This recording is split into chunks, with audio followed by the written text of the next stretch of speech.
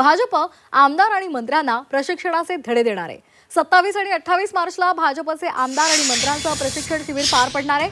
उत्तनमध्ये रामभाऊ म्हाळगी प्रबोधिनीमध्ये 2 दिवसांचं शिबिर आयोजित करण्यात आलंय।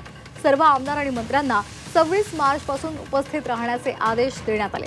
मतदारसंघ विकसित करण्यासंदर्भात आमदार आणि मंत्र्यांना या शिबिरामध्ये मार्गदर्शन केले जाईल। सरकारच्या कामांसह संघटना वाढीसाठी हे प्रशिक्षण महत्त्वाचं मानलं जाते। या संदर्भात अधिक माहिती घेणार आहोत आमचे प्रतिनिधी ओम देशमुख यांच्याकडून। ओम, आमदार आणि मंत्र्यांचं प्रशिक्षण आता उत्तरमध्ये पार पडणार आहे। भाजप मंत्र्यांना मार्गदर्शन करणार आहे, काय नेमके अपडेट्स आहेत? खरं तर भाजपमध्ये नव्याने निवडून आलेल्या आमदारांना आणि नव्याने नेमणूक झालेल्या मंत्र्यांना मार्गदर्शन केलं जातं, त्यांचं प्रशिक्षण दिलं जातं।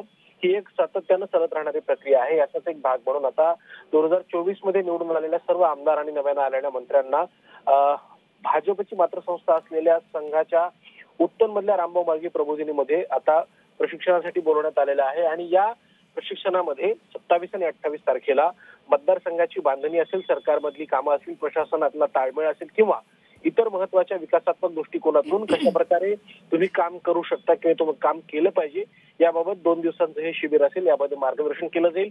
यामध्ये महत्त्वाचे नेते आणि काही महत्त्वाचे पदाधिकारी देखील केंद्र आणि राज्यातील उपस्थित असतील।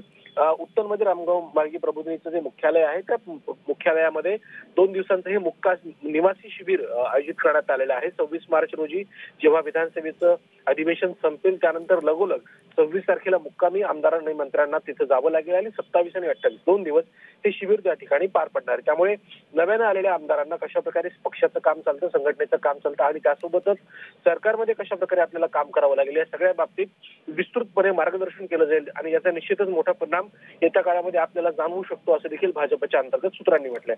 त्यामुळे या मार्गदर्शन शिबिरामध्ये प्रशिक्षणामध्ये नेमकं काय शिकवलं जाते आणि काय प्रशिक्षण दिलं जाते हे पाहणं महत्त्वाचं असेल। श्वेता, धन्यवाद दिलेल्या माहितीसाठी।